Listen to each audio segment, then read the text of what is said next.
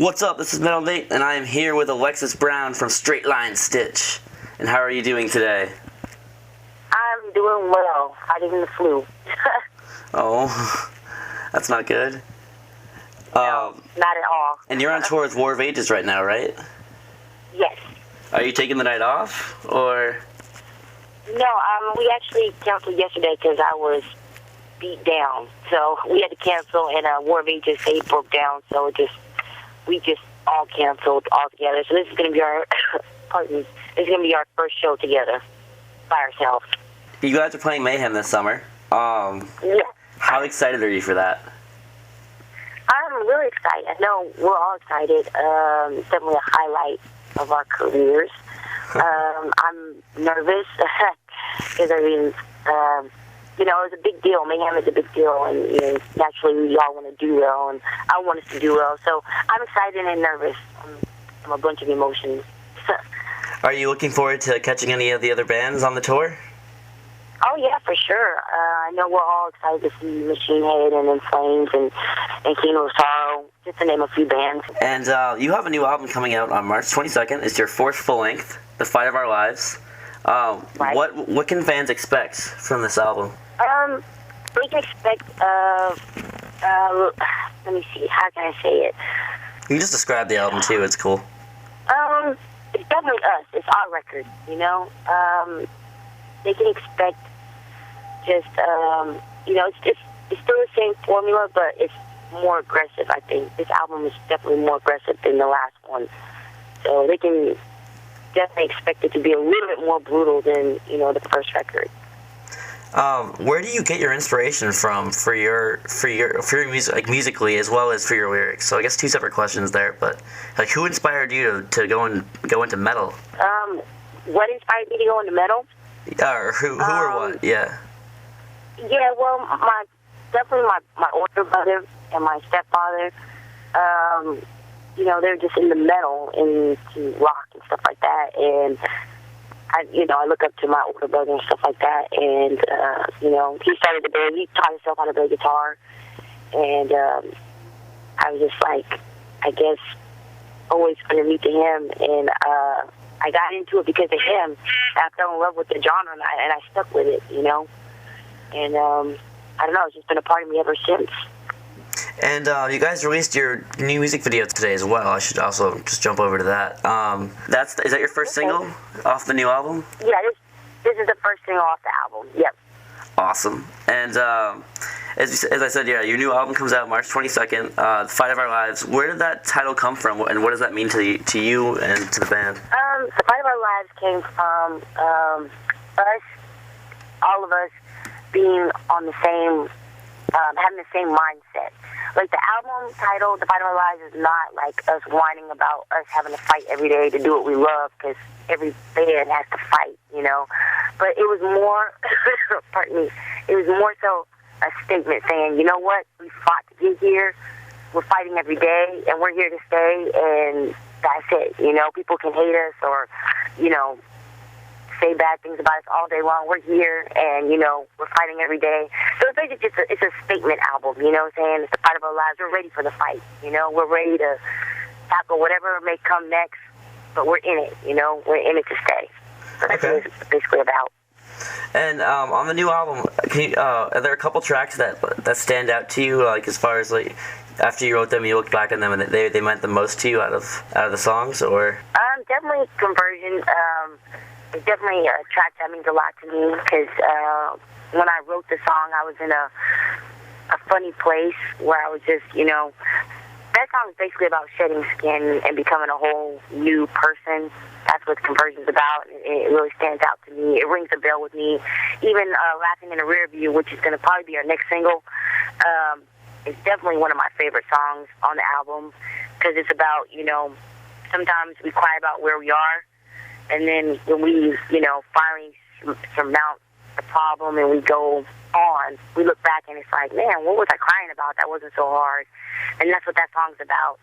So it's just those two tracks definitely stand out a lot for me. They ring a bell, within me, those two songs. Okay. So far in your career with Straight Line Stitch, is there a moment or like a best show or like a moment or like where you sort of look back and just thought, wow, we've really made it? There's several moments. I mean, every moment, we play a show and like the crowd is singing louder than you, that they know your lyrics, they know your words. That's a special moment, to me every time that happens, There are several moments. You're an African American lead singer, female. That is so uncommon in the metal scene. What's that like for you? Have there been any challenges to that? Have you sort of surprised people at all in that sense? I think I surprised some people. A lot of metalheads that, are used to seeing a lot of like, how do I say this without being crude? I don't want to be crude. There's just a lot of people that don't expect it, but they embrace me nonetheless. When they see I get there and I, we throw down like anybody else, Yeah, your stage presence is ridiculous. Thank you. Yeah, it's not about, my color or my sex or whatever. It's all about, at the end of the day, if you can get on stage and bring your A game. And I think that's what people, that's what they gravitate to, Okay. So when you're on the road, what kind of music are you guys jamming to? Because I know you have to listen to metal all the time when you're playing all these shows. Well, the band still listens to metal. Sometimes I'll just put on my iPod. I listen to oldies. I love oldies. I love R&B. I still listen to hip hop. I listen to all kinds of stuff. I really do. Because I like good music. Good music is good music, and I don't categorize it, Yeah. I can like a country song. I can like a pop song. I can like a rap song. It's just whatever hits me at that time. I like what I like. Okay. And the band's like that, too. They listen to everything, too.